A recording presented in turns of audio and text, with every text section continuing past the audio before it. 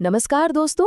आज के इस दिलचस्प विश्लेषण में हम एक ऐसी आदत पर बात करेंगे जो हम सभी में कहीं ना कहीं होती है, लेकिन ये हमारे रिश्तों को अंदर ही अंदर बहुत नुकसान पहुंचाती है। जी हाँ, बात हो रही है अपने पार्टनर के हर छोटे बड़े काम को ज़रूरत से ज़्यादा एनालाइज करने की, यानी बिना बात के राई का पहाड़ बनाना। आज हम गहराई से समझेंगे कि कैसे इस जजमेंट वाले चश्मे को उतार कर हम एक ज़्यादा समझदार और जिज्ञासु साथी बन सकते हैं। यकीन मानिए, ये एक बदलाव आपके रिश्ते को पूरी तरह से नया रूप दे सकता है। तो चलिए सीधे इस बहुत ही जाने पहचाने सवाल पर आते हैं। जरा सोचिए, एक मैसेज भेजा, 1 घंटा बीता, 2 घंटे बीते, कोई जवाब नहीं। अब क्या होता है? अचानक दिमाग 100 की स्पीड से दौड़ने लगता है ना? एक अनसुना मैसेज आखिर हमारा पूरा दिन क्यों खराब कर देता है? ये एक ऐसा यूनिवर्सल एक्सपीरियंस है जिससे हम सब कभी न कभी गुजरे हैं। सच तो ये है कि दिक्कत उस अनसुने मैसेज की नहीं है, बल्कि उस बेचैनी की है जो इस खालीपन में जन्म लेती है। और पता है, जब ये भावनाएं हम पर हावी होती हैं ना, तो हमारी सोचने समझने की क्षमता जैसे गायब ही हो जाती है। हमारा मन सीधे सबसे बुरे नतीजे पर जंप करता है। अरे, वो तो मुझे जानबूझकर इग्नोर कर रहे हैं, या उन्हें तो मेरी कोई परवाह ही नहीं है। यहाँ होता ये है कि हमारे भारी इमोशंस हमें लॉजिक का इस्तेमाल करने ही नहीं देते। हमारी जो खुद की इनसिक्योरिटीज हैं, वो हमें एकदम पक्के फैक्ट्स लगने लगती हैं, जबकि असलियत से उनका दूर दूर तक कोई नाता नहीं होता। हम बस अपने ही डर को सच मान बैठते हैं। अब इस ओवरथिंकिंग के जाल को थोड़ा और करीब से समझते हैं। जब भी रिश्ते में कोई जानकारी मिसिंग होती है, जैसे कोई जवाब ना आना या पार्टनर का अचानक शांत हो जाना, तो दिमाग में असल में क्या चल रहा होता है? बात दरअसल ये है कि हमारे दिमाग को ये खालीपन बिल्कुल पसंद नहीं है। इसे हर चीज के पीछे कोई ना कोई कारण चाहिए ही होता है। इसे एक बहुत ही आम सी स्थिति से समझते हैं। मान लीजिए 2 लोग हैं, पार्टनर ए और पार्टनर बी। पार्टनर ए को एक मैसेज मिलता है, लेकिन वो तुरंत रिप्लाई नहीं करता। सुनने में ये बहुत ही साधारण सी बात लगती है ना? लेकिन पार्टनर बी के लिए बस यहीं से ओवर एनालाइज करने का ट्रिगर दब जाता है। इस एक छोटी सी बात को लेकर अब दिमाग अपना खेल शुरू करने वाला है। पार्टनर बी के दिमाग में तुरंत ढेरों सवाल उठने लगते हैं। क्या पार्टनर ए को मेरी परवाह नहीं है?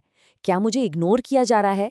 होता दरअसल ये है कि जब हम ओवर एनालाइज करते हैं, तो हमारा दिमाग उस खाली जगह को हमारे पुराने अनुभवों और नकारात्मक अंदाजों से अपने आप भरने लगता है। दिमाग एक तरह की कहानी गढ़ लेता है कि अगर रिप्लाई नहीं आ रहा तो जरूर कुछ गड़बड़ है। ये असल में दिमाग का एक डिफेंस मैकेनिज्म है, जो हमें किसी भी संभावित खतरे से बचाने की कोशिश कर रहा है, भले वो खतरा सच में मौजूद ही ना हो। लेकिन अब यहाँ सबसे दिलचस्प बात पर गौर कीजिए। असलियत अक्सर हमारे बनाए गए इन डरावने ख्यालों से बिल्कुल अलग और बेहद साधारण होती है। जरा इन वजहों को देखिए। हो सकता है पार्टनर एक काम में बहुत ज्यादा उलझा हो, या शायद उसने सच में मैसेज देखा ही ना हो, या फिर हो सकता है कि वो ऑफिस की किसी बात को लेकर तनाव में हो जिसका आपसे कोई लेना देना ही नहीं है।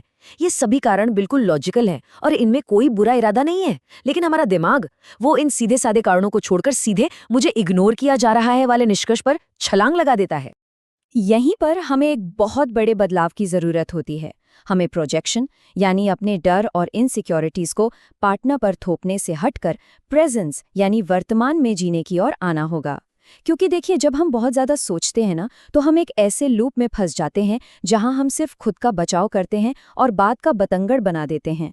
हम पार्टनर को समझने के बजाय उन पर अपने नेगेटिव विचार थोप रहे होते हैं।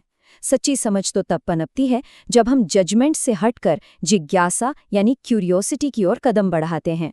कभी कभी हम अनजाने में ही रिश्ते में एक पार्टनर की भूमिका छोड़कर एक जासूस या इन्वेस्टिगेटर की भूमिका निभाने लगते हैं।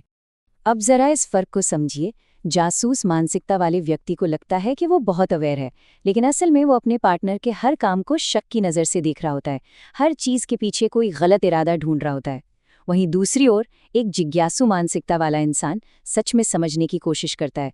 वो ख्याली पुलाव नहीं पकाता, बल्कि खुले मन से सीधे सवाल पूछता है और असलियत पर फोकस करता है। जासूस बनना रिश्ते में दीवारें खड़ी करता है, जबकि जिज्ञासु होना उसी रिश्ते को और मजबूत बनाता है। ये कोट इस पूरी स्थिति को बहुत खूबसूरती से समझाता है। क्यूरियोसिटी जजमेंट का एंटीडोट है और एम्पैथी इसका एंकर। आसान शब्दों में कहें तो जब हम अपने पार्टनर को लेकर जिज्ञासु होते हैं, ये जानने के लिए कि वे असल में कैसा महसूस कर रहे हैं, तो हमारी जो उन्हें जज करने की आदत है, वो अपने आप खत्म होने लगती है। जिज्ञासा आलोचना के जहर को काटती है और इस जिज्ञासा को मजबूत बनाती है हमारी सहानुभूति, यानी एम्पैथी, जो हमें दुनिया को पार्टनर की नज़र से देखने में मदद करती है। तो कुल मिला के हमारा अंतिम लक्ष्य क्या होना चाहिए? वो है इमोशनल लिटरेसी हासिल करना। अब आप सोचेंगे ये इमोशनल लिटरेसी क्या है? ये अपने ही दिमाग की बुनी हुई मनगढ़ंत कहानियों में उलझने के बजाय पार्टनर की असली भावनाओं और वास्तविकता पर ध्यान केंद्रित करने की क्षमता है। जब हम इस तरह से सोचते हैं तो हम एक बहुत ही हेल्दी कम्युनिकेशन को बढ़ावा देते हैं और उन तमाम बेकार की टेंशन और झगड़ों से बच जाते हैं जिनका असल में कोई वजूद ही नहीं था। सिद्धांतों की बात तो बहुत हो गई, अब जरा प्रैक्टिकल समाधानों की ओर बढ़ते हैं। वो चीजें जिन्हें हम सब अपनी रोजमर्रा की जिंदगी में आसानी से अपना सकते हैं।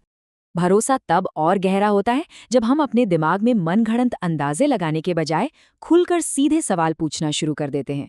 देखिए, कोई भी रिश्ता रातों रात मैच्योर नहीं होता।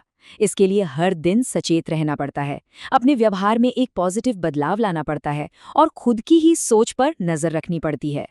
चलिए, इसे अपनी जिंदगी में उतारने के लिए एक बहुत ही शानदार डेली चैलेंज या एक्सरसाइज ट्राई करते हैं।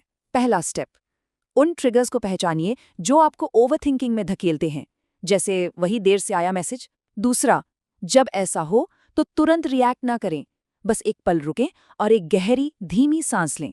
तीसरा, आपका दिमाग जो भी नकारात्मक कहानी बना रहा है ना, उसे एक डायरी में लिख लें। इससे वो विचार आपके दिमाग से बाहर आ जाएगा। और चौथा और सबसे अहम, नतीजों पर कूदने या अंदाजा लगाने के बजाय अपने पार्टनर से एक साफ और सीधा सवाल पूछ लें। आइए इस बात को एक सटीक उदाहरण से समझते हैं। रिएक्ट करने और रिस्पॉन्ड करने के बीच जमीन आसमान का फर्क होता है। जब कोई रिएक्ट करता है तो वो सीधे कहता है, तुम हमेशा मुझे इग्नोर करते हो। अब ये एक सीधा हमला है जो सामने वाले को डिफेंसिव बना देगा और झगड़ा बढ़ाएगा। लेकिन इसके बजाय जब हम रिस्पॉन्ड करते हैं तो हम कुछ ऐसा कहेंगे, जब मुझे तुम्हारा कोई मैसेज नहीं मिला तो मुझे चिंता होने लगी थी, दिन कैसा रहा। अब देखिए, ये एक ऐसा सवाल है जो दूसरे को समझने का आमंत्रण देता है और आपसी कनेक्शन को मजबूत करता है। तो यहाँ हमारा मेन गोल क्या है? गोल ये है कि हमारी बातचीत की टोन एकदम न्यूट्रल हो, हमारी एनर्जी ओपन और पॉजिटिव हो, और सबसे ज़रूरी बात, पार्टनर के साथ हमारा कनेक्शन न टूटे। जब हम इन बातों का ध्यान रखते हैं तो हम रिश्ते में ओवर एनालाइजिंग को हटाकर इमोशनल इंटेलिजेंस को एक्शन में ला रहे होते हैं। और यही किसी भी समस्या को सुलझाने का सबसे परिपक्व तरीका है। जब आप इस जिज्ञासु मानसिकता को अपनी आदत बना लेते हैं तो इसके फायदे सच में कमाल के होते हैं। पहला, आपको बिल्कुल क्लैरिटी मिल जाती है कि पार्टनर असल में सोच क्या रहा है। दूसरा, आप दोनों के बीच की नज़दीकी और अपनापन बना रहता है क्योंकि बीच में कोई गलतफहमी नहीं आती।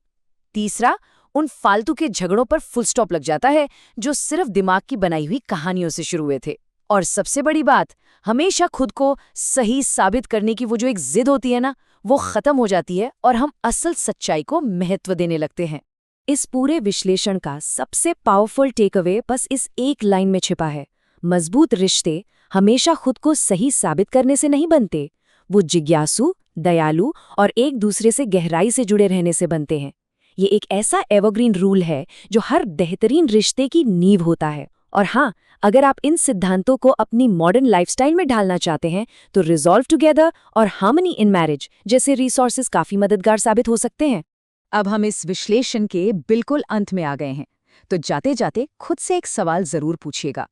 अगली बार जब मैसेज का जवाब आने में देर हो या आपका पार्टनर शांत रहे, तो क्या आप अपने अंदाजों को रिश्ते के बीच एक बड़ी सी दीवार खड़ी करने देंगे या फिर जिज्ञासा का इस्तेमाल करके उस भरोसे को और मजबूत बनाएंगे? चॉइस आपकी है। आज से ही इस जिज्ञासा का अभ्यास शुरू करें, सवाल पूछें और बिना सोचे समझे नतीजे निकालने से बचें। हमारे साथ इस विश्लेषण में जुड़ने के लिए बहुत बहुत धन्यवाद।